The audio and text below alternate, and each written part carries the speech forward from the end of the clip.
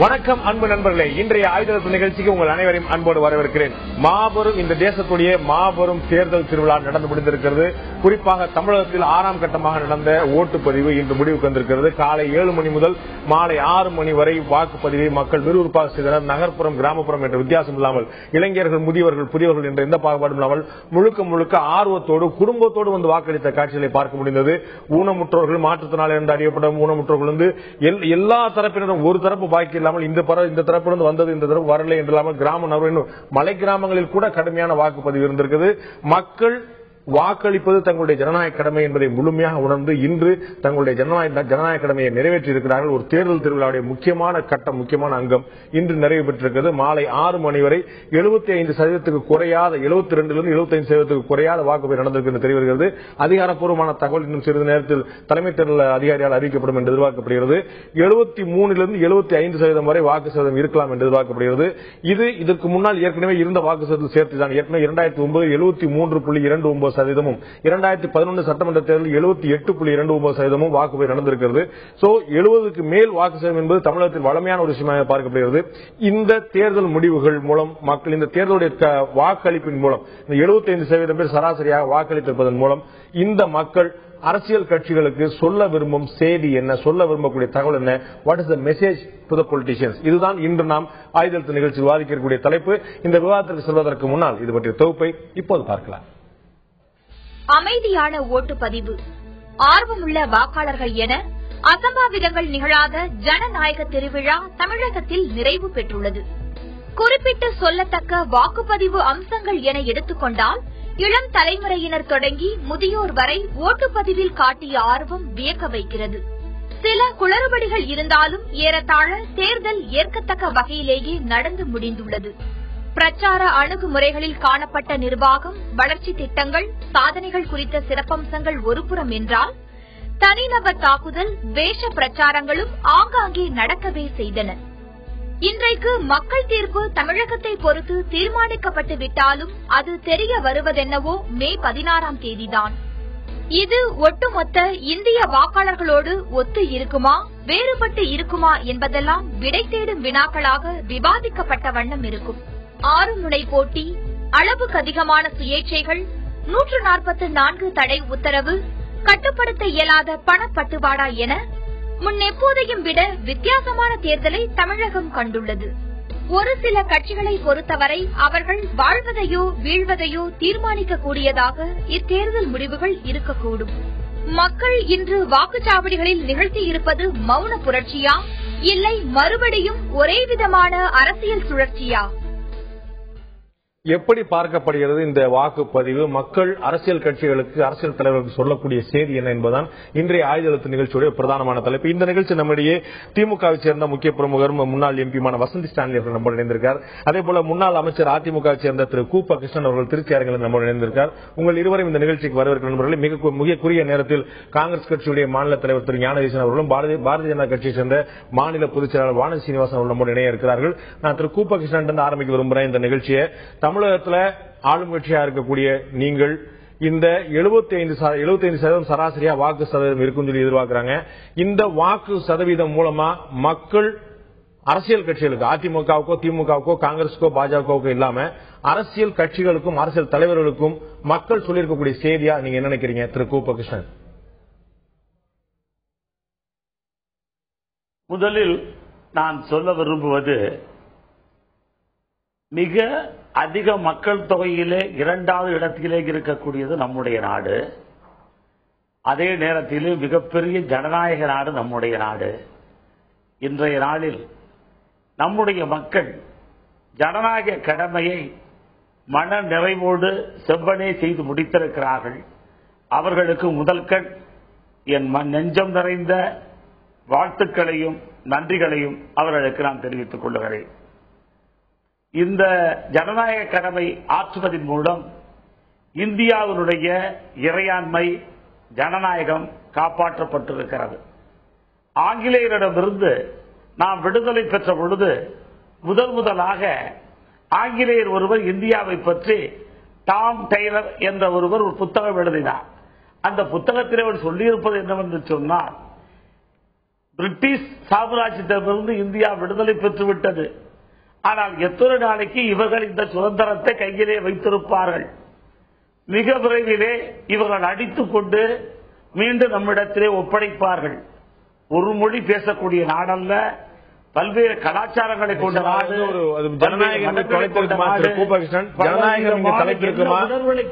அல்லது அவர்கள் ஜனநாயகத்தை மீண்டும் சர்வாதிகார பாதைக்கு திரும்புவார்களா அல்லது பிரிட்டிஷ் ராஜ்யத்துக்கு திரும்புவார்களா என்று அவர் குறிப்பிட்டிருந்த தகவல் எல்லோருக்கும் தெரிந்தது. என்னுடைய கேள்வி, நாம் கிட்டத்தட்ட ஒரு 15 நாடாளுமன்ற தேர்தலை கடந்திருக்கிறோம். 16வது நாடாளுமன்ற இப்ப மக்கள் எந்த மாதிரியான செய்தியை நம்ம ஏற்கனவே சுதந்திர காலத்தில் நிச்சயமாக நீங்களும் அறிந்ததுதான், அனைவரும் அறிந்ததுதான். சுதந்திர காலத்துக்கு பிறகு 15 நாடாளுமன்ற தேர்தல் முடித்த பிறகு 16வது நாடாளுமன்ற தேர்தல், இந்த தேர்தலில் தமிழக மக்கள் இந்த வாக்கு சதவீதம் மூலமாக தெரிவிக்கக்கூடிய செய்தி என்ன? சுருக்கமாக திரு கிருஷ்ணன். ஜனநாயகத்தின் மீது மக்களுக்கு நம்பிக்கை இருக்கிறது, எனவேதான் வாக்கு சதவீதம் உயர்ந்திருக்கிறது. நன்றி திரு கிருஷ்ணன், உங்களுடைய பார்வைக்கு. நான் வசந்தி சாலையை கேட்க விரும்புறேன். இதுல மக்கள் என்ன சொல்றாங்கன்னா, எப்பயுமே ஒரு 65% மேல வாக்குப்பதிவு இருந்தா ஒரு மக்கள் ஒரு மாற்றத்தை விரும்புறாங்க அப்படிங்கிறது பதிவாகும். சராசரியா நம்ம ஊர்ல 95% மேல வாக்கு சதவீதம் போயிருச்சுன்னு தேர்தல் ஆணையமே மறுபார்வை செய்யும். இவ்வளவு சதவீதம் போயிருக்க, என்ன பிரச்சனை, ஏதாவது தவறு நடந்திருக்கா அப்படின்னு சொல்லிட்டு.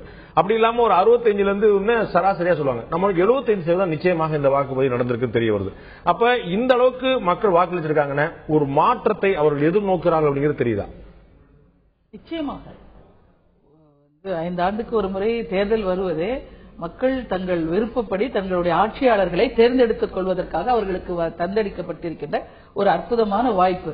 அதை அவர்கள் நன்றாக பயன்படுத்திக் கொண்டிருக்கிறார்கள் என்று சொல்ல வேண்டும்.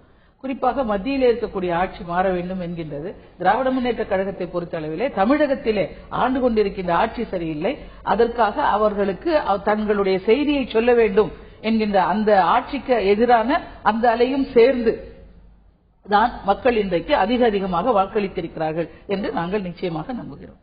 ஆன்டி இன்கம்பன்சி என்பது மத்தியில் இருக்கக்கூடிய ஆட்சிக்கு மட்டுமல்ல, மாநிலத்திலே இருக்கக்கூடிய ஆட்சிக்கு இது அடுத்து வரப்போகின்ற தேர்தலுக்கு ஒரு முன்னோட்டமாக 3 ஆண்டு காலம் ஆளுகின்ற ஆட்சி சரியில்லை என்கின்ற அந்த செய்தியை ஆட்சியாளர்களுக்கு 2004 அதுதான் நடந்தது.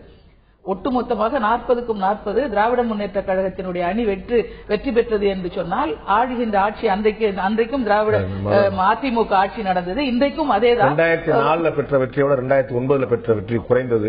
40க்கு 40 நீங்க 2004 எடுத்தீங்க, 2009 அதுக்கப்புறம் 18 எம்பி வந்தமே.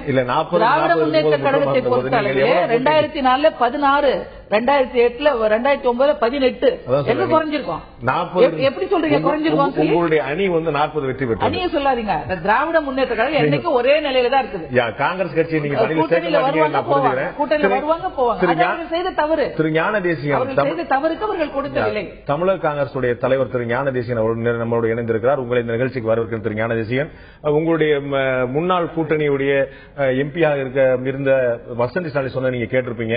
2004 40 ஜெயிச்சோம், 2009 குறைவான எண்ணிக்கை ஜெயிச்சோம். ஆனா நாங்க அதிகமா ஜெயிச்சோம். காங்கிரஸுக்கு வேணா அது இருக்கலாமே தவிர நாங்க அதிகமான சீட் தான் ஜெயிச்சோம்.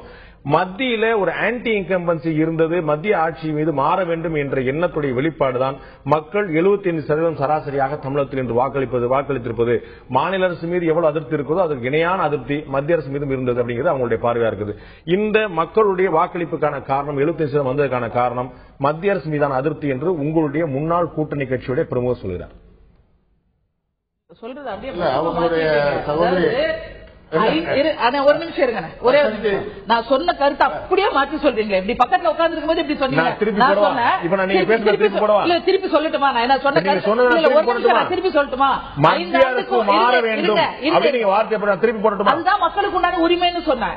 ஒரு முறையும் 5 ஆண்டுக்கு முறை தேர்தல் வருவது, மத்தியிலே இருக்கக்கூடிய தேர்தல் வருவது மக்களுக்கு உண்டான உரிமை, ஜனநாயக உரிமை. அதை அவங்க உபயோகப்படுத்தி ஆட்சி ஜனங்களோட இஷ்டங்க மாத்துறதுங்கிறது ஒண்ணு இல்ல. நான் ஜனங்களுக்கு இஷ்டம் இல்ல, உரிமை இல்லைன்னு நான் சொல்ல. நீங்க சொன்ன வார்த்தை மத்திய அரசு மாற வேண்டும், தமிழகத்தில் இருக்கக்கூடிய அரசு மாற வேண்டும். எங்களுக்கு காங்கிரஸோடு அதிருப்தி இருந்ததால் தான் வெளியில் வந்தோம். இன்றைக்கு தனித்து தான் நிற்கிறோம். இதுல எந்த விதமான கருத்துக்கும் இல்ல. நான் முதலில் சொல்ல வரைக்கும் இன்னைக்கும் அப்படிதான். தயக்கம்லாம் ஒண்ணு இல்லைங்க, தயக்கம்லாம் ஒண்ணு இல்ல. முதல் தன்னுடைய தேர்தல் பிரச்சாரத்தை துவங்கும் போதே தலைவர் கலைஞர் அவர்கள் காங்கிரசுக்கு நாங்கள் ஆதரவு தெரிவிக்கிறோம் சொல்லிட்டாங்க. அது சொல்றதுல எங்களுக்கு எந்த விதமான தயக்கமும் இல்லை. எங்க தலைவர் சொல்லும் போது அது வந்து ஆணித்தரமா எங்க வெளியில எங்களுக்கு எந்த விதமான ஆதரவு தெரிவிக்கிறோம் சொல்லி மத்தியிலே என்ன சொல்றது ஒரு மதசார்பற்ற ஒரு ஆட்சி அமைய வேண்டும் என்று சொன்னால் அதற்காக காங்கிரசுக்கு நாங்கள் வந்து கை கொடுக்க தயங்க மாட்டோம். சேப்பாக்கம் தொகுதியில தலைவர் கலைஞர் அவர்கள் தன்னுடைய பிரச்சாரத்தை துவங்கும் போது சொன்னாங்களா இல்லையா? அதை பத்தி நான் விரிவா வர்றேன் உங்கள்கிட்ட. நான் வந்து மத்தியில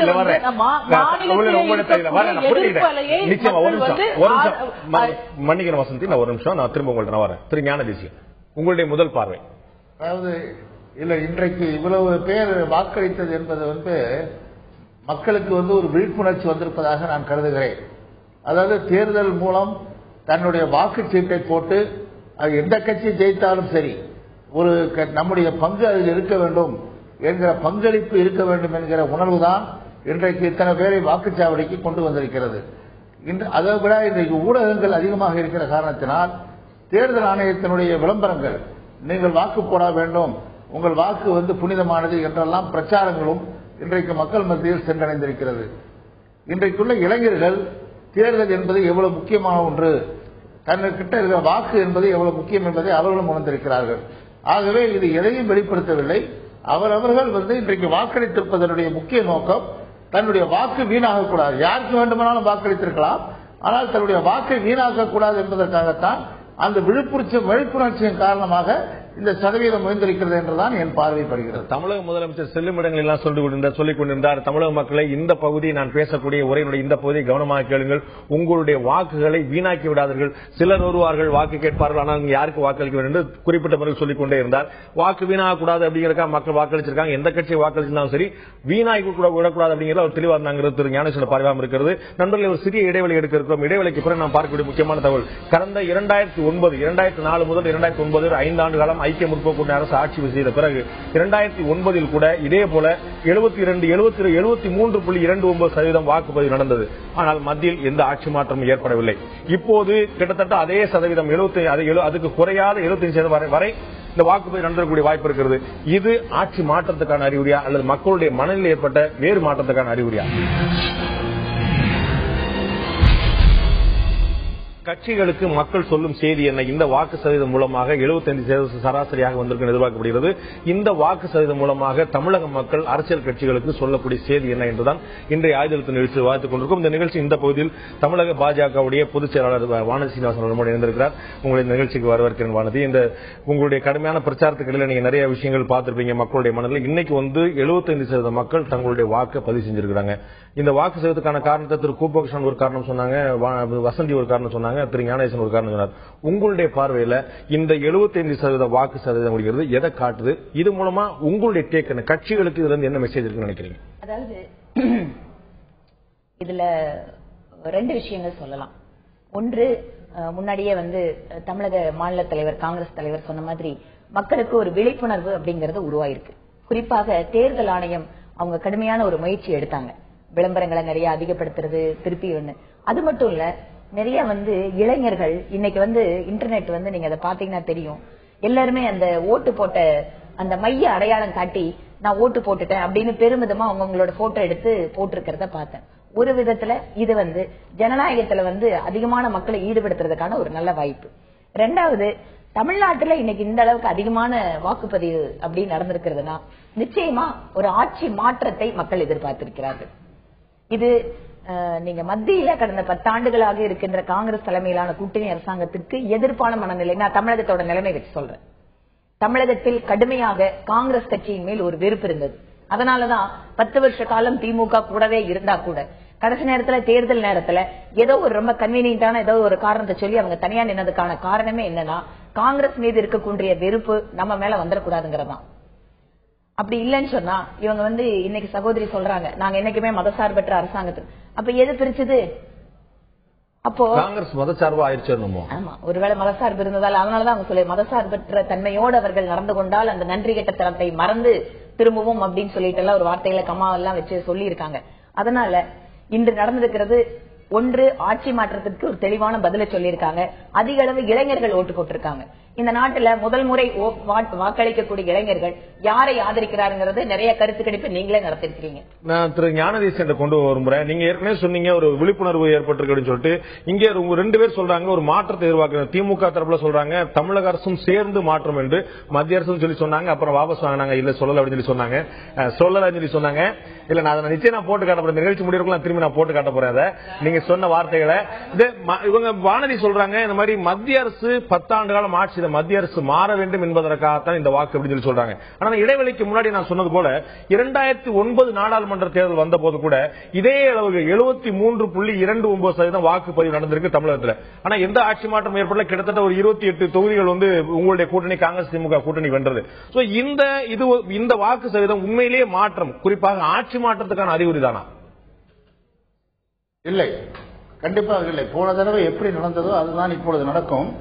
நான் முதலில் சொன்னபடி இந்த வாக்கு சதவீதத்துக்கும் ஆட்சி மாற்றத்துக்கான ஒரு அறிகுறியாகவோ அல்லது காங்கிரஸ் மேலுள்ள வெறுப்பினால் இந்த வாக்கு சதவீதம் உயர்ந்ததாகவோ யாராவது கருதினால் அவர்கள் ஏமாற்றமடைய போகிறார்கள். இந்த வாக்கு என்பது மக்களுடைய விழிப்புணர்ச்சியின் வெளிப்பாடு என்றுதான் நான் நம்புகிறேன். இன்னும் சொல்ல போனால், இன்னும் ஒரு படி மேலே போனால், ஒரு வித்தியாசமான தேர்தலாக இந்த தேர்தல் அமைந்தது. அது என்ன என்றால், ஒரு கட்சிக்கும் இன்னொரு கட்சிக்கும் தான் பொதுவாக தேர்தல் நடக்கும். ஆனால் இந்த தடவை நரேந்திர மோடி என்கிற தனிநபருக்கும் காங்கிரஸ் கட்சி என்கிற ஒரு பேர் இயக்கத்துக்கும் நடைபெற்ற தேர்தலாக இது மாறிவிட்டது. நரேந்திர மோடி வேண்டுமா வேண்டாமா என்கிற ரெஃபரண்டம் போல அமெரிக்க ஜனாதிபதி தேர்தல் எப்படி நடக்குமோ அதுபோல பாஜக இதை மாற்றி பாரதிய ஜனதா கட்சி என்பது மறைக்கப்பட்டு நரேந்திர மோடி என்கிற தனிநபர் முன்னிலைப்படுத்தப்பட்டு அதன் அடிப்படையில் இந்த தேர்தலை சந்திக்க வேண்டிய சூழ்நிலை ஏற்பட்டிருக்கிறது. ஆகவே மக்கள் முன்னால் இன்றைக்கு வைத்திருக்கப்பட்ட கேள்வி, வளர்ச்சி திட்டங்கள் எல்லாம் இன்றைக்கு இருக்கிறது. ஆனாலும் கூட மோடி இந்த நாடுக்கு பிரதமராக இன்றைக்கு அவர் ஒருவர் தான் அறிவிக்கப்பட்டிருக்கிறார். வேற எந்த கட்சியும் பிரதமர் வேட்பாளரை முன்னிறுத்தவில்லை. மோடி வேண்டுமா வேண்டாமா என்கிற கேள்வி தொக்கி நிற்கிற காரணத்தினாலும் இது அதிகமான வாக்கு வந்திருக்கலாம் என்று கூடுதலாக தகவலாக நான் சொல்ல ஆசைப்படுகிறேன். ஒருவேளை காங்கிரஸ் அரசு மீண்டும் அமைந்தால் அது காங்கிரஸ் கடந்த 10 ஆண்டுகளுடைய செயல்பாடுக்கு பாராட்டுகளாக இல்லாமல் மோடி வேண்டாம் என்ற எண்ணத்துடைய விளைவு தான் சொல்லி சொல்வீங்களா? எங்களுடைய ஆட்சி கிடைத்த பாராட்டல்ல மோடி வேண்டாம் என்ற எண்ணத்துடைய விளைவு சொல்வீங்களா? இல்ல, ரெண்டும் சேர்ந்துதான் இருக்கும். ஏனென்றால் ரெண்டும் சேர்ந்த கலவையாகத்தான் அப்படி இருக்கும். காங்கிரஸ் கட்சி மீண்டும் வெல்லுமேயானால் அதனுடைய கலவை என்பது காங்கிரஸ் கட்சியினுடைய சாதனைகள், 10 ஆண்டு சாதனையினுடைய வெளிப்பாடு, மோடி வேண்டாம் என்கிற அந்த தீர்ப்பு ரெண்டும் சேர்ந்த கலவையாகத்தான் நான் பார்க்கிறேன். தலைவர் ஒரு வார்த்தை சொன்னார். அதாவது மோடி வேண்டுமா வேண்டாமான்னு இந்த தேர்தலை மாற்றினார்கள் அப்படின்னு சொல்லி ரொம்ப அழகா ஒரு விஷயத்தை இங்க குறிப்பிட மறந்துட்டாருன்னு நினைக்கிறேன். மறக்கவெல்லாம் மாட்டாரு, பட் குறிப்பிட்ட அது அவருக்கு இருக்காது. ஆமா, அதாவது காங்கிரஸ் கட்சியினுடைய தேர்தல் விளம்பரங்களை பாருங்கள். அதுல மோடி அவர்கள் தனிநபராக முன்னிறுத்தப்படுகிறார்னு குற்றச்சாட்டு சொல்றீங்க. ஆனா உங்களோட விளம்பரங்கள்ல எல்லாமே ராகுல் காந்தி அவர்கள் மட்டுமே முன்னிறுத்தப்படுகிறார். அவர் பேருக்கு வேணா பிரதம வேட்பாளரை அறிவிக்க உங்களுக்கு தயக்கம் இருக்கலாம். ஆனால் உங்களுடைய விளம்பரங்கள் இன்று பாஜக தனிநபர் பின்னால போறதுன்னு சொல்ற காங்கிரஸ்காரங்க ஒரு குடும்பத்தின் பின்னால் இந்த நாட்டை அடகு வைத்திருக்கிறார்கள். அப்ப அது 60 ஆண்டு காலமாக அதற்கு என்ன பதில் சொல்ல போறாங்க? தனிநபர்கிட்ட அதிகாரத்தை குவிக்கிறேன்னு சொல்றாங்க. ஆனால் ஒரு குடும்பத்திடம் அதிகாரம் குவிந்து கிடக்கிறது. ஒரு பிரதம மந்திரி சபை முடிவு செய்த சட்டத்தை கட்சியில் இருக்கக்கூடிய ஒரு நபர் எடுத்து போடுறாரு. இல்ல ஒரு நபர் சார்ந்த விஷயம் அப்படிங்கிறது அவங்களுடைய குற்றச்சாட்டுல ஒரு லாஜிக் இருப்பா நினைக்கிறீங்களா திரு ஞானேசன்? அதாவது இங்கேயுமே கூட எல்லா விளம்பரங்களும் சரி, ஊடகங்கள தொலைக்காட்சியும் சரி, பத்திரிகைகளும் சரி, எல்லா விளம்பரங்களும் சரி, இங்க எப்படி நரேந்திர மோடி முன்னிறுத்தப்பட்டாரோ அதே மாதிரி ராகுல் காந்தி முன்னிறுத்தப்பட்டார். நீங்கள் பிரதமர் வேட்பாளர் நியாயமா நியாயமா 10 ஆண்டு கால சாதனை என்று சொல்லக்கூடிய நீங்கள் 10 ஆண்டு காலம் இந்த நாட்டுடைய பிரதமராக இருந்த மன்மோகன் சிங் அல்லவா முன்னிறுத்திருக்க வேண்டும்? இல்ல மன்னிக்கணும், அவங்க சொல்றது தப்பு. அதாவது ராகுல் காந்தி என்பவர் ஒரு காங்கிரஸ் கட்சியினுடைய துணைத் தலைவர் என்ற முறையில் தான் அவர் கட்சிக்காக முன்னிறுத்தப்படுகிறார், பிரதமர் வேட்பாளராக அல்ல. அப்ப கட்சியுடைய தலைவரையே முன்னிறுத்தப்படல.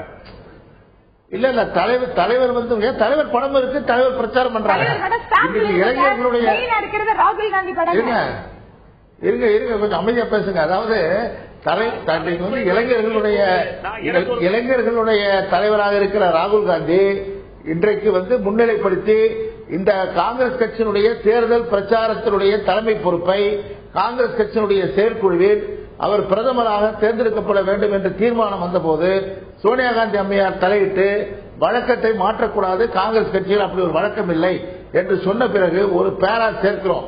ராகுல் காந்தி இந்த தேர்தலை முன்னெடுத்து செல்வார், பிரச்சார குழுவின் தலைவராக வருவார் என்று ஒரு தீர்மானத்தை சேர்க்கிறோம். ஆனால் பிரச்சார குழுவின் தலைவராக அறிவிக்கப்பட்டவர் யார் இறுதியில்? இல்ல இவர் தான் கேம்பெயின் இன்சார்ஜ். இல்ல தலைவராக அடுத்த பிறகு பிரச்சார குழு செயற்குழு அறிவிக்கப்பட்டது ராகுல் காந்தி தான் பிரச்சார குழு தலைவராக இருப்பாங்க. ஆனா அதன் பிறகு வந்த பட்டியலில் பிரச்சார குழு தலைவராக சோனியா காந்தி பெயர் தான் இருந்தது. இல்ல பிரச்சார குழு தலைவராக அல்ல, பிரச்சாரத்தை முன்னெடுத்து செல்வது ராகுல் காந்தி என்பது அந்த தீர்மானம். அதை சோனியா காந்தி அம்மையார் அவர்கள் காங்கிரஸ் கட்சியின் தலைவர் என்ற முறையில் பிரச்சார குழுவின் தலைவராக அறிவிக்கப்பட்டார். ரொம்ப நேரம் ஒரே ஒரு கேள்வி, நீங்க சொன்னதுல ஒரு லாஜிக் வந்துச்சு, பிரச்சாரத்தை முன்னெடுத்து போனது ராகுல் காந்தி, அதனால ஒரு படம் வச்சாங்க. 10 ஆண்டு கால சாதனைகளை புரிந்த உங்களுடைய வார்த்தையில் சொல்வாங்க, 10 ஆண்டு சாதனை புரிந்த மன்மோகன் சிங் படம் ஏன் முன்னிறுத்தப்படவில்லை? 10 ஆண்டுகள் காங்கிரஸ் கட்சியின் சாதனை, நாங்கள் ஒரு தனிநபர் சாதனையாக நாங்கள் இதை கருதவில்லை. ஏனென்றால் இன்றைக்கு உணவு பாதுகாப்பு மசோதாவை எடுத்துக்கொள்ளுங்கள், மன்மோகன் சிங்கும் அந்த கேபினெட்டும் அது முடியாது, சாத்தியமில்லை என்று சொன்னார்கள். ஆனால் சோனியா காந்தி அம்மையாரும் மற்றவர்களும் இன்றைக்கு கண்டிப்பாக இந்த மசோதாவை நிறைவேற்ற வேண்டும் என்று கட்சி முடிவெடுத்து அது சொன்னதுக்கு பிறகு இந்த அரசு அதை நிறைவேற்றியது. ஆகவே இது ஒரு கலெக்டிவாக நாங்கள் செயல்படுகிறோமே தவிர தனிமை அந்த ஒரு பிரதமரை டாக்டர் மன்மோகன் சிங்கை முன்னிறுத்தி நாங்கள் பிரச்சாரம் செய்யவில்லை. உங்களுடைய பார்வை நான் திரு கூப்ப கிருஷ்ணன் கேட்க விரும்புறேன். திரு ஞானதேசன் ஏற்கனவே சொன்னது போல இது மோடியை முன்னிறுத்தின தேர்தலாக மாறிவிட்டது அப்படிங்கிறது தமிழகத்தில் ஒரு உதாரணம் பார்க்க முடியும். ரொம்ப நாள் அந்த பிரச்சாரம் ஆரம்பிச்சதிலிருந்து பாஜக பற்றி எதுவுமே பேசாமல் இருந்த தமிழக முதலமைச்சர் அதோடைய இறுதியான 2 நாட்களில் நேரடியாக கேள்வி எழுப்பினார். இந்த சாதனை எல்லாம் செய்திருப்பது குஜராத்துடைய மோடியா அல்லது தமிழகத்தின் இந்த லேடியா என்று. அப்ப திரு ஞானதேசன் சொன்னது போல இந்த எலெக்ஷன் ஒட்டுமொத்தமாக மோடி வெர்சஸ் ஆல் அதர்ஸ் அப்படிங்கிற மாதிரி நேரடியா போலரைஸ் ஆயிருச்சா? திரு கிருஷ்ணன். முதலாக திராவிட முன்னேற்ற கழகத்தினுடைய நாடாளுமன்ற உறுப்பினருக்கு ஒன்றை நினைவுபடுத்த விரும்புகிறேன். நடந்து கொண்டிருக்கக்கூடிய இந்த தேர்தல் நாடாளுமன்றத்திற்கு, மாநில சட்டமன்றத்திற்கு அல்ல. நாடாளுமன்றத்திலே ஆளக்கூடிய ஆட்சியினுடைய சாதனை தொடர வேண்டுமா அல்லது வீழ்த்தப்பட வேண்டுமா என்பதை பற்றித்தான் மக்கள் இன்றைக்கு அந்த கருத்தை முன்னெடுத்துக் கொண்டிருக்கிறார்கள். எனவே திராவிட முன்னேற்ற கழகக்காரர்கள் அவளை நினைத்து உரலை இடித்துக் கொள்ள வேண்டாம். நடப்பது நாடாளுமன்றத்திற்கான தேர்தல். இந்த தேர்தலை ஆட்சி மாற்றம் என்பது நாடாளுமன்றத்திற்கு மட்டும்தான் பொருந்தும் என்பதை நாடாளுமன்ற உறுப்பினர்கள் புரிந்து கொள்ள வேண்டும். அதனை போல அனைத்து இந்திய அண்ணா திராவிட முன்னேற்ற கழகம் 2013 ஆண்டு டிசம்பர் மாதம் 24ஆம் நாளே தீர்க்கமான ஒரு முடிவை எடுத்தது. நாங்கள் பாரதிய ஜனதாவையும் ஏற்றுக்கொள்ள மாட்டோம், காங்கிரஸ் கட்சியையும் ஏற்றுக்கொள்ள மாட்டோம், எவரோடும் கூட்டணி வைத்துக் கொள்ள மாட்டோம். நாங்கள் 40 இடங்களிலும் தனித்து போட்டியிடுவோம், 40 இடங்களிலும் வெற்றி பெறுவோம், இந்தியாவுடைய ஆளுமை ஸ்தானத்தை நாங்கள் பெறுவோம், எங்கள் அம்மா அவர்களை நாட்டுடைய பிரதமர் ஆக்குவோம் என்று சூடுரை எடுத்துக் கொண்டோம்.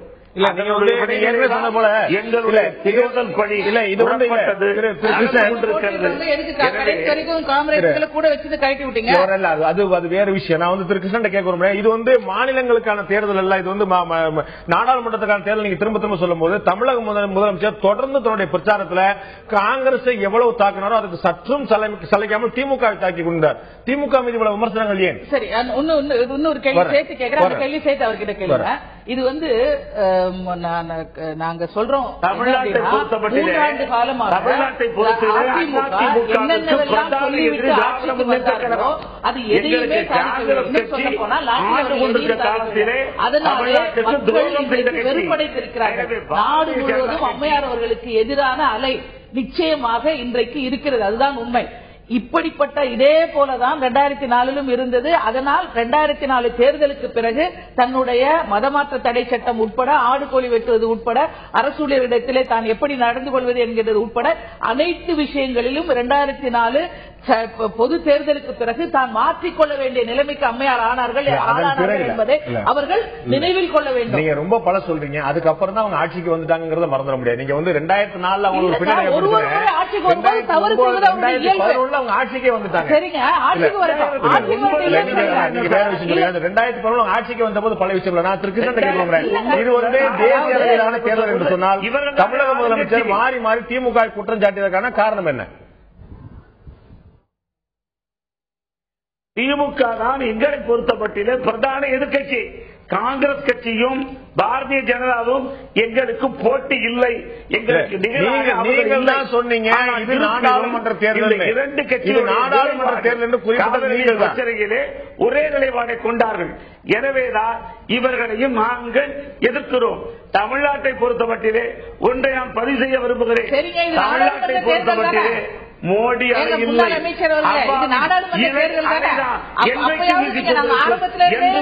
தளபதி கேட்டுட்டே இருந்தாங்களே, நீங்க மோடியை பற்றி விமர்சனம் செய்யல, மோடியை பற்றி விமர்சனம் செய்ய பதில் சொல்லவே முன் வரவே இல்லையே. இதுல ஒரு விஷயம், இது நாடாளுமன்ற தேர்தல் எங்களையே பற்றி பேசுறீங்க, மோடியை பற்றி பேசவே இல்லை. நாங்க கேள்வி கேட்டு இருக்கிற ஒரு தகுதி ஜமாத்தை வெளியில போன பிறகு வேற வழி இல்லாம தானே பேச ஆரம்பிச்சீங்க. அது வரைக்கும் ஏன் பேசவே இல்லை? திரு கிருஷ்ணன் கேட்ட கேள்வி தான் நான் வந்து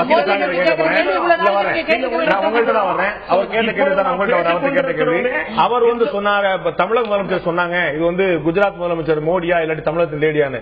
உங்களுடைய தளபதி சொன்னார் மோடியும் இல்ல லேடியும் இல்ல எங்க டேடி தான் அப்படின்னு சொன்னாரு. அப்போ வந்து இது முழுக்க முழுக்க நீங்க வந்து ஒரு தனிநபர் முன்னிறுத்தல கொண்டு போயிருக்கீங்க. நீங்க வந்து சித்தாந்தம் பேசுறீங்களா, கொள்கையில் பேசுறீங்களா? முன்னிறுத்தி கொண்டு போயிருக்கோம், தனிநபர் தான் முன்னிறுத்தி பேசுறீங்க. நீங்க மோடி வேணுமா வேண்டாமா அப்படித்தானே சொல்றீங்க நீங்க. இல்லங்க, நாங்க அதாவது மோடி முதல்ல இருந்து கேட்டோம்.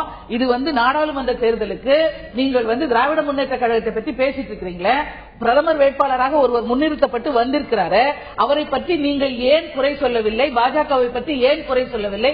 அடுத்த ஆட்சியை பிடிக்க போகிறது அல்லது வந்து ஒரு பிரதமர் வேட்பாளர் முன்னிறுத்தப்படுகிறார், அவரை பற்றி ஏன் பேசவில்லை? உங்களுக்குள் என்ன ரகசிய உடன்பாடு இருக்கிறது? நாங்க திருப்பி பேசியதா யாரு? திமுக பேசியதா? அப்புறம் மதவாதம் பற்றி நாங்க சொல்றோம், யாரை பற்றி சொல்றோம்? மதவாதம் சொல்றீங்க. உங்களுடைய தலைவர் ஆங்கில பத்திரிகை அளித்த பேட்டியில, இப்ப தேர்தல் அறிவிக்கப்பட்ட பிறகு அளித்த பேட்டியில மோடி என்னுடைய நண்பர். மதவாதி எப்படி உங்க நண்பர் ஆவார்? மதவாதி எப்படி உங்க நண்பர் ஆவார்? அரசியல் நாகரிகம் கருதி சொல்லக்கூடியது கேட்டீங்களா? அதே போல அம்மையார் ஜெயலலிதா அவர்கள் பிரதமராக வந்தால் வரவேற்போம் என்கின்ற கருத்தையும் தான் சொல்லியிருக்கிறாங்க. இது வந்து அரசியல் நாகரிகத்துக்காக சொல்றது. அதுக்காக வந்து நாங்க சொல்றது பேச்சுக்காக சொல்றது அப்படி சொல்லக்கூடாதுங்க. அரசியல் நாகரிகத்துக்காக என்னன்னே இல்லாம சில பேர் நடந்துக்கிறதுனால நாகரிகத்தோடு தமிழக முதலமைச்சர் ஜெயலலிதா நல்லா பேசணும், எல்லாரும் பேச எதிர்பார்க்கிறோம். தமிழக முதலமைச்சர் ஜெயலலிதா இந்த நாட்டுடைய பிரதமராக வந்தால் திமுக வரவேற்கிறது என்று சொன்னால் யாராவது நம்புவாங்களா? அப்படி அதாவது ஒரு அப்படிப்பட்ட ஒரு நிலைமை வந்து விட்டால் சொல்லுங்க. அதாவது வந்து வெறும் அவங்க வந்து எங்களை பார்த்து மைனாரிட்டி திமுக அரசுன்னு சொன்னாங்க. 543ல இவங்க ஒருவேளை ஒரு விபத்து நடந்து 40க்கு 40 ஜெயிச்சா கூட இவங்க வந்து ஒரு மத்தியில போய் ஒரு ஆட்சி அமைக்க முயற்சி பண்ணா அது வந்து மைனாரிட்டியிலும் ஒரு மைனாரிட்டி அரசா இருக்காதா? அவங்க எப்படி வந்து ஆட்சி அமைக்க முடியும்னு நினைச்சு சொல்றாங்க.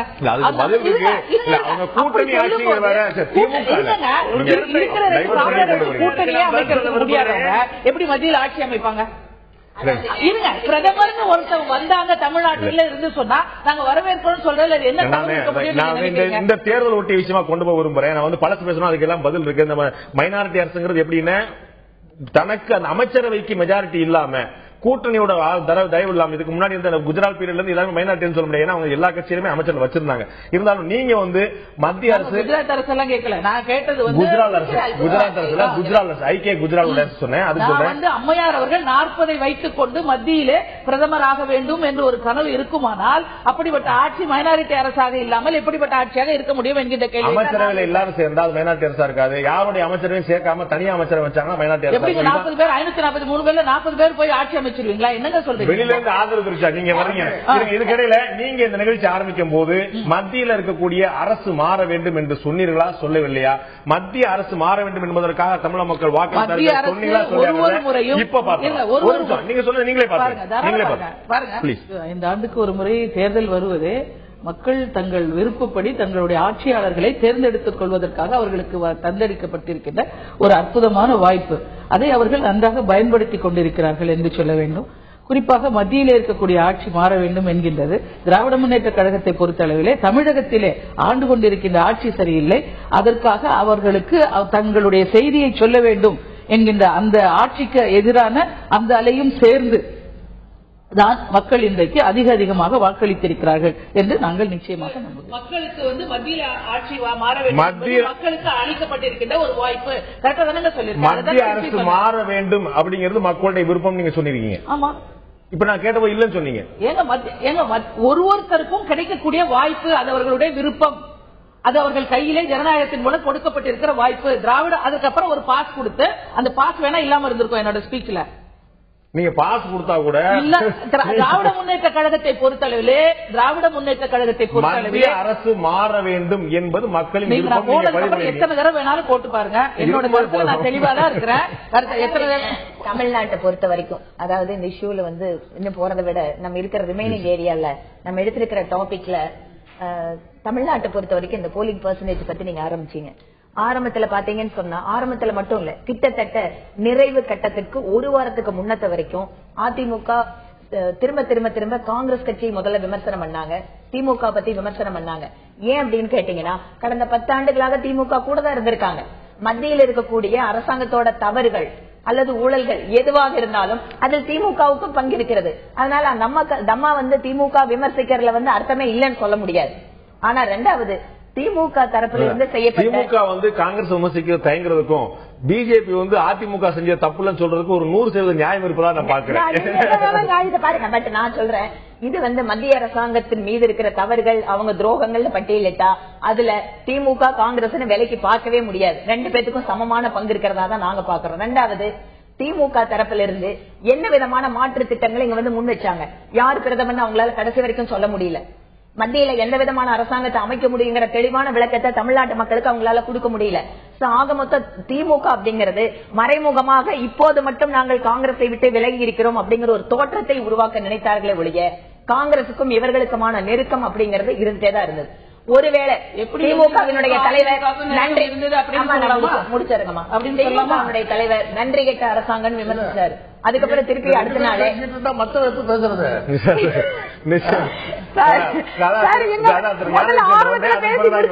நம்ம நண்பர்கள் ஒரு சிறிய இடைவெளி எடுக்க இருக்கிறோம். இடைவெளிக்கு பிறகு முக்கியமான விஷயம் பேச இருக்கிறோம். திரு ஞானேசனுக்கான கேள்வி அதுதான் கூட. தமிழகத்தில் மாற்றம் வேண்டும், அது மாநில அரசுக்கா மத்திய அரசுக்கா என்று இல்லாமல் மாற்றம் வேண்டும் என்ற எதிர்பார்ப்பு இருக்கிறது. அதுக்கான காரணமாகத்தான் இந்த வாக்களிப்பு இருக்கிறது சொன்னாலும் கூட, ஒரே பக்கமா சாயாமல் 2 பக்கமா பிளவுபடும் போது நடுவில் வேற யாரும் பயன்படுத்துகிற வாய்ப்பு இருக்கிறதா? தமிழகத்தில் அதிமுக ஒரு பக்கம் மாற்றம் வேண்டும் என்று ஒரு பக்கம், நடுவில் வேறு கட்சிகள் பலம்பெற வாய்ப்பு இருக்கிறதா? ஆம் ஆத்மி, கம்யூனிஸ்ட், காங்கிரஸ் உள்ளிட்ட கட்சிகள் பெறக்கூடிய வாக்குகள் யாருக்கு பாதகமாக அமையும்? இந்த வாக்களிப்பு மூலம், இன்று வாக்குப்பதிவு செய்தது மூலம் கட்சிகளுக்கு மக்கள் சொல்லக்கூடிய செய்தி என்ன என்ற தலைப்பில் இந்த நிகழ்ச்சி விவாதித்துக் கொண்டிருக்கிறோம். காங்கிரஸ் மாநில தலைவர் திரு ஞானேசன் கேட்க முறை நான் இடைவெளிக்கு முன்னாடி கேட்ட கேள்விதான், உங்களுடைய கட்சிக்கு ஒரு நிலையான வாக்கு வங்கி இருக்கிறது என்பது எல்லாருக்கும் தெரிந்த விஷயம் தமிழகத்தில். ஆனால் நீங்கள் இந்த மாதிரி தனித்து போட்டியிடுங்கள். உங்களுடைய கட்சி பெறக்கூடிய வாக்குகள் மூலமாக நீங்கள் ஏற்கனவே உங்களுடைய முன்னாள் மத்திய அமைச்சர் திரு வாசன் சொன்னது போல இந்த வாக்கு வீதம் இந்த தனித்து போட்டியதன் மூலமா இந்த இழப்பை மற்ற அணிவிப்பாளர்கள் திமுக மறைமாக குறிப்பிட்டிருந்தார். சோ நீங்கள் இடதுசாரி கட்சிகள், ஆம் ஆத்மி கட்சி போன்ற கட்சியெல்லாம் பெறக்கூடிய வாக்கு திமுகவுக்கு பாதமா அமையுமா, அல்லது அதிமுகவுக்கு பாதமா அமையுமா, அல்லது புதிதாக உருவாக்கக்கூடிய தேசிய ஜனநாயக கூட்டணிக்கு பாதமா அமையுமா? திரு ஞானதேசியன். அதாவது காங்கிரஸ் கட்சி 1998க்கு பிறகு நாடாளுமன்ற தேர்தலை தனியாக சந்திக்கிறது. காங்கிரஸ் கட்சி தமிழகத்தில் இல்லை என்கிற அந்த வாதத்தை இந்த தேர்தலிலே நாங்கள் முறியடித்திருக்கிறோம். வெற்றி தோல்வி என்பது பிறகு. ஆனால் காங்கிரஸ் கட்சியினுடைய பிரசன்ஸ், அவர்களுடைய நிலைப்பாடு இன்றைக்கு 39 நாடாளுமன்ற தேர்தலிலும் எங்களால் பார்க்க முடிந்தது. எல்லா கிராமங்களிலும் எழுச்சியோடு தொண்டர்கள் வந்தார்கள் என்பது எங்களுக்கு மகிழ்ச்சி. ஆனால் வாக்கு என்பது யாருக்கு பாதிப்பு என்பது, இந்த தேர்தல் ஒரு வினோதமான தேர்தல். தமிழகத்தில் இதுவரை இப்படி நடந்ததில்லை. 2 அணிகளாக நிற்பார்கள். ஆனால் இப்பொழுது 5 முனை போட்டி நடைபெற்றுக் கொண்டிருக்கிறது. இந்த 5 மணி போட்டியில் எப்படி யார் பாதிப்பார்கள் என்பதை என்னால் கணிக்க முடியவில்லை. 5 முனை நம்ம சரியாக சந்தேகம் இருக்கு. வலுவான தளம் அமைத்து, வலுவான களம் அமைத்து கூட்டணி அமைத்து போட்டியிடக்கூடியது உங்களுக்கு திமுக, தேசிய ஜனநாயக கூட்டணி, அதிமுக தான். காங்கிரஸ் கட்சி எல்லாத்தையும் போட்டிட்டாங்க, வெற்றி பெறுவதற்கான வாய்ப்பு எவ்வளவு இருக்குங்கிற உங்களுக்கு ஒரு சந்தேகம் இருக்கும். இடதுசாரிகள் மொத்தமே 18% போட்டிட்டாங்க. ஆம் ஆத்மி கட்சி இப்போதான் தன்னுடைய இருப்பையை நிலைநிறுத்திருக்கிறது. ஆம் ஆத்மி கட்சி எந்த வாக்கு இங்க ஒன்னும் பிரயோஜனம் கிடையாது. அந்த ஜனநாயக என்டிஏ பொறுத்த மட்டும், பாரதிய ஜனதா கட்சி அமைத்திருக்கிற என்டிஏ பொறுத்த மட்டும், என்னை பொறுத்த மட்டும் அவங்க பிரசன்ஸ் எங்கேயுமே இருக்க போறதில்லை. காரணம் என்னன்னா, பாமகவினுடைய வாக்கு வங்கி வடபகுதி, மதிமுகவினுடைய வாக்கு சில 3%, 2% வாக்கு பகுதி தென்பகுதி.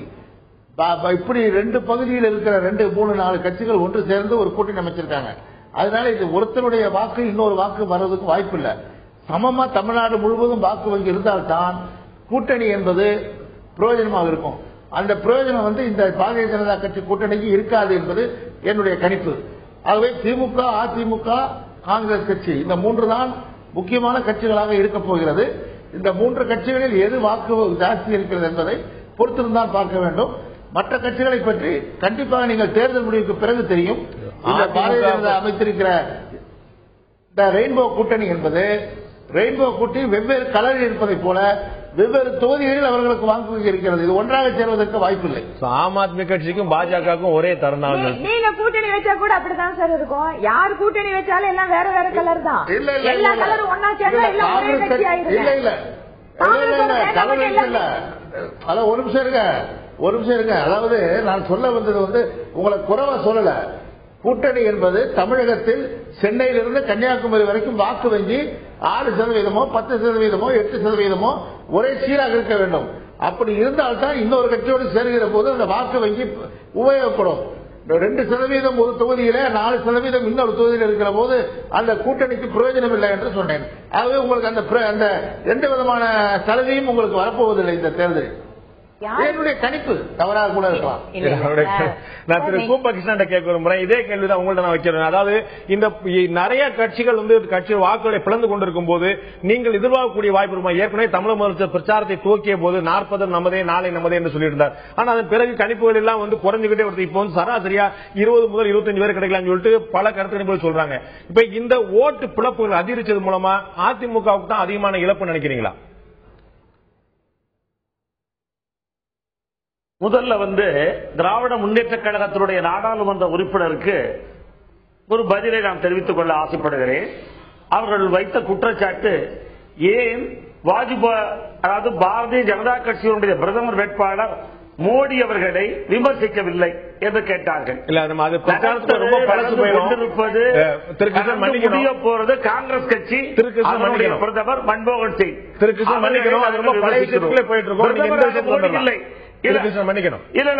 ஒரே சீக்கிரம் சொல்லிடுறேன். ரெண்டாவது அவர்களை மைனாரிட்டி என்று சொல்வதிலே ஆதங்கப்பட்டார்கள். அவர்கள் என்ன மைனாரிட்டி ஆட்சி கட்சியா அல்லது கூட்டணி கட்சியாக இருந்தார்களா?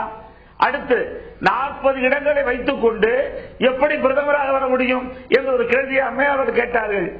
1997 உறுப்பினரை வைத்துக் கொண்டு பல விஷயங்கள் இருக்கிறது. இல்ல நான் பதில சொல்லலன்னு சொன்னா அது சரியா இருக்காது.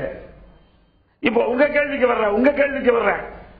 இங்கே அனைத்து இந்திய அண்ணா திராவிட முன்னேற்ற கழகம் மகத்தான வெற்றியை பெறும் என்று நான் சொல்லுவதை விட இன்றைக்கு நாம் அமர்ந்திருக்கிறோமே இந்த தந்தி ஊடகம் இது 2 மாத காலங்களாக நடத்தி மக்களுடைய கருத்து கணிப்பு எல்லாம் கேட்ட பொழுது ஒரு வினாவிற்கு தெளிவான பதில் கிடைத்தது. மாநில கட்சியாக இருந்தால் யாருக்கு நீங்கள் வாக்களிப்பீர்கள் என்ற கேள்வியை கேட்டிருந்தீர்கள். அதில் 70 இருந்து 80% மக்கள் அதிமுகவிற்கு நாங்கள் வாக்களிப்போம் என்று சொன்னார்கள். தமிழ்நாட்டை பொறுத்த மட்டிலே திராவிட கட்சிகளுடைய கை ஓங்கி இருக்குமே, பலம் ஓங்கி இருக்குமே தவிர தேசிய கட்சிகளுடைய பலம் எப்பொழுதுமே ஓங்கியது கிடையாது. எனவே ஆம் ஆத்மியாக இருந்தாலும் சரி, அது வேறு எந்த கட்சியாக இருந்தாலும் சரி, இளைஞர்கள் வாக்களித்தாலும் சரி, அனைத்து இந்திய அண்ணா திமுகவை பாதிக்காது. அவர்கள் அனைத்து இந்திய அண்ணா திராவிட முன்னேற்ற கழகத்தால் வாக்களிப்பார்கள். உங்களுடைய பார்வை அதிமுக சாதகமா இருக்கும் பாதகமா இருக்கா அப்படிங்கிறது நான் வானதி சீனிவாசன் கேட்க விரும்புறேன்.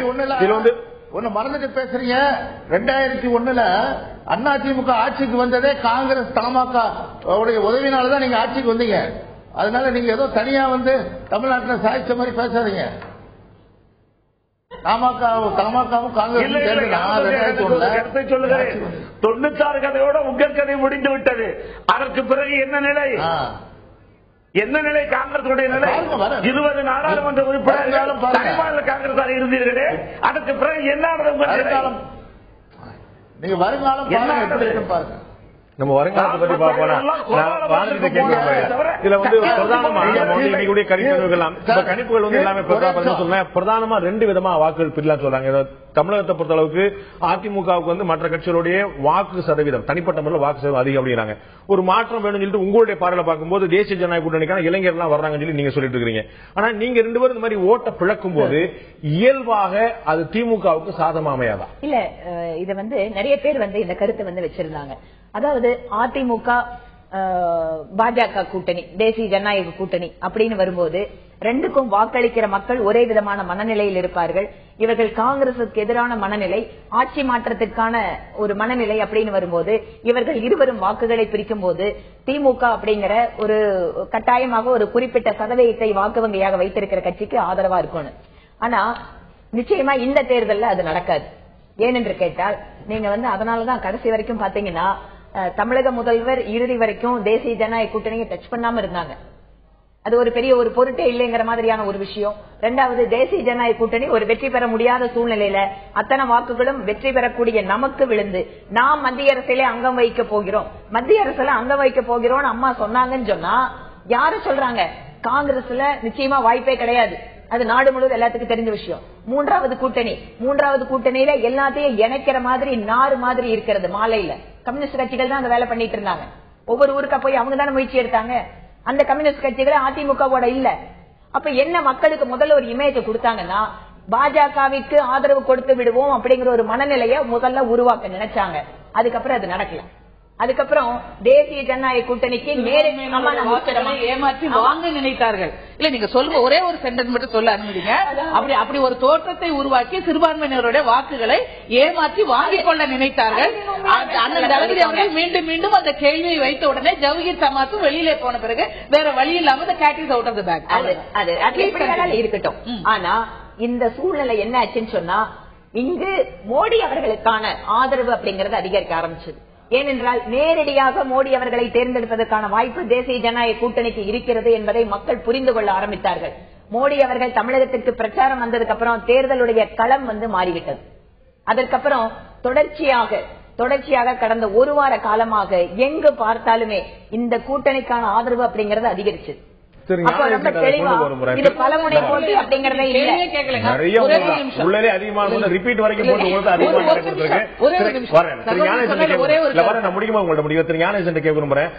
வானதி சொன்னது போல மோடி வந்த பிறகு அவர்களுக்கான வாக்கு விகிதம் இன்னும் அதிகரிச்சிருக்குன்னு சொல்றாங்க. ஏற்கனவே நிறைய ஊடகங்கள் சொன்னபடி பாத்தீங்கன்னா இளைஞர்கள் முதல் முறை வாக்காளர்கள் 25 வயதுக்கு உட்பட்டவர்களுடைய பார்வை அந்த பக்கம் இருக்கா சொல்லப்பட்டது. அதை நீங்க மறுக்க போறீங்களா? இல்லைங்க, அதெல்லாம் தப்பு. அதாவது ஊடகங்களுடைய மிகப்பெரிய ஆதரவு மோடிக்கு இருந்தது.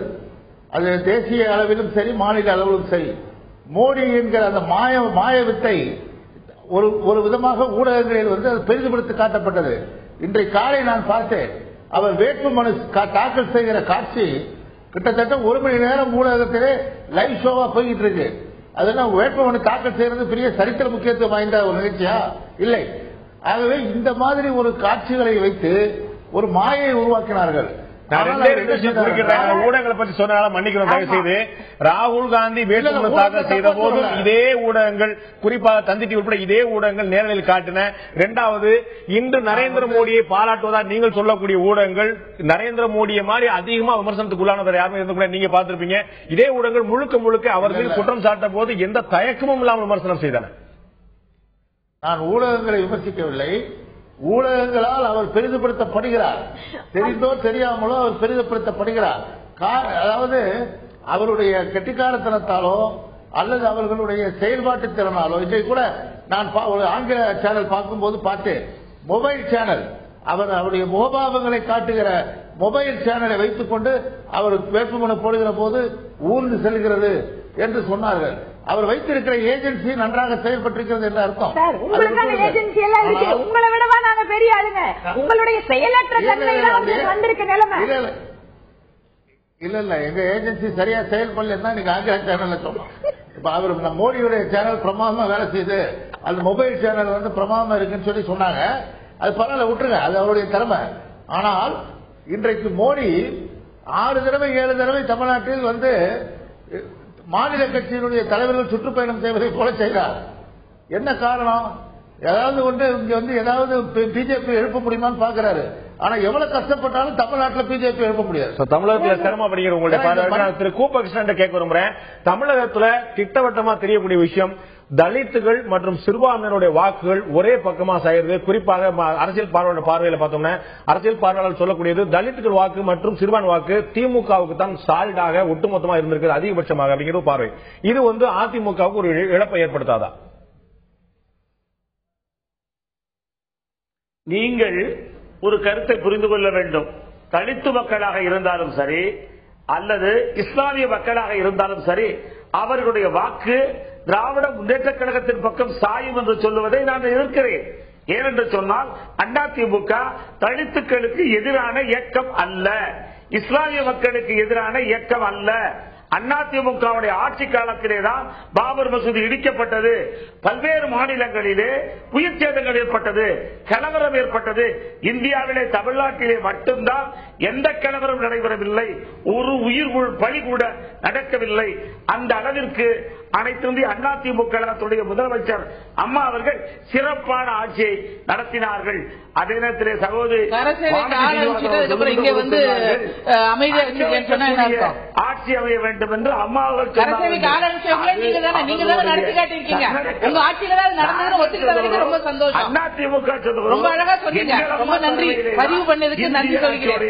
அரசு அமையும் என அம்மா அவர்கள் சொன்னது அவருடைய தன்னடக்கம் என்பதை நீங்கள் புரிந்து கொள்ள வேண்டும். நான் வசந்திட்ட இறுதியான கேள்வி கேட்க விரும்புறேன். இதுல தேர்தல் ஆணையம் கடுமையான கெடுபிடியில காட்டுது. நீங்க வந்து சில சமயம் வந்து சரியா செயல்படலாம் சொல்லி சொன்னீங்க. ஆனா மக்கள் இந்த அளவுக்கு வாக்கு பதிவு செஞ்சிருக்கும் போது இப்ப நேரடியா மத்தியில யாருடைய ஆட்சி அமைப்புன்னு பார்த்தாங்க. 10 வருஷம் அவங்க எல்லாருமே சொன்னது போல நீங்களும் மத்திய அரசுல இருந்திருக்கீங்க. கடைசியான ஒரு 6 மாதம் தான் வெளியே வந்தீங்க. வெளிவந்த பிறகு கூட நீங்க சில்லறை வர்த்தகத்தில் அந்நிய நிறுவனங்களுக்கு நீங்க ஆதரவு தெரிவித்து வாக்களிச்சீங்க. அப்ப இந்த மத்திய அரசு மீது ஏதாவது ஒரு குற்றச்சாட்டு சாட்டப்பட்டால் அதற்கு உங்களையும் சேர்த்தான் பொறுப்பாக்குவாங்க மக்கள் அப்படின்னு நீங்க நம்பலையா? அதாவது ஆட்சி என்பது ஒரு ஒரு ஒரு மாநில கட்சியாக திராவிட முன்னேற்ற கழகம் ஆட்சியிலே பங்கெடுத்ததாலே தமிழகத்துக்கு என்னெல்லாம் நன்மைகள் தேவைப்படுமோ, எங்களால் என்னவெல்லாம் வென்றெடுக்க முடியுமோ அதை செய்திருக்கிறோம். செம்மொழி ஆகட்டும், சேது சமுத்திர திட்டமாகட்டும், மதுரவயல் பறக்கும் ரயில் திட்டமாகட்டும், அருகிலே இருக்கக்கூடிய கத்திப்பராகட்டும், இப்படி எத்தனையோ திட்டங்களை தமிழகத்துக்கு என்று வென்றெடுத்திருக்கிறோம். அதற்கு போக அவர் சொன்னது போல உணவு பாதுகாப்பு திட்டமாகட்டும், கல்வியை கட்டாயமாக்கினதிலிருந்து பலவிதமான 100 நாள் வேலைவாய்ப்பு திட்டத்திலிருந்து அவர்களோடு கூட இருந்து நாட்டுக்காக பல திட்டங்களையும் 70,000 கோடி அளவுக்கு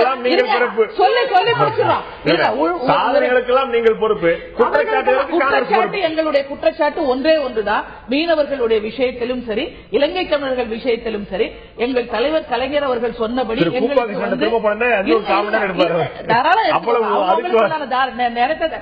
என்னுடைய திராவிட முன்னேற்ற நான் சார்ந்திருக்க கழகத்தை பொறுத்த அளவிலே தானே நான் சொல்ல முடியும். நாங்கள் உறுதியாக இருந்தோம். அதனாலே பல காரியங்களை நாட்டுக்கும் சரி தமிழகத்துக்கும் சரி வென்றெடுத்திருக்கிறோம். மக்களுடைய அதிருப்தி திமுக பக்கம் சாயாது. அதனால்தான் 2004 16, 2009 வரும்போது 18, அதற்கும் மேலாக இந்த தேர்தலிலே நிச்சயமாக அண்ணன் தளபதி அவர்களுடைய உழைப்பும் சரி, தலைவர் கலைஞர் அவர்கள் எடுத்து வைத்திருக்கின்ற அந்த 100 அம்சத்தோடு இருக்கக்கூடிய எங்களுடைய தேர்தல் அறிக்கையும் சரி, இதுவரையிலே நாங்கள் சாதித்திருக்கிறதையும் இப்போது என்ன செய்ய போகிறோம் என்பது சொல்லி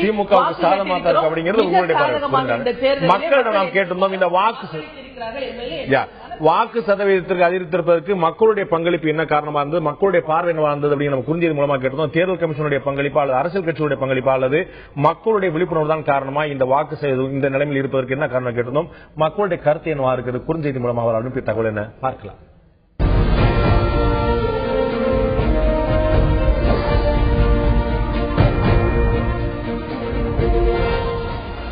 ஓட்டுப்பதிவு இந்த அளவு இருந்ததற்கான காரணம் தேர்தல் கமிஷன் என்று 9% மக்களும், அரசியல் கட்சிகள் என்று 21% மக்களும் அரசியல் கட்சிகள் என்று 9% மக்களும், தேர்தல் கமிஷன் என்று 21% மக்களும் விழிப்புணர்ச்சியே காரணம் என்று 70% மக்களும் தெரிவித்திருக்கிறார்கள்.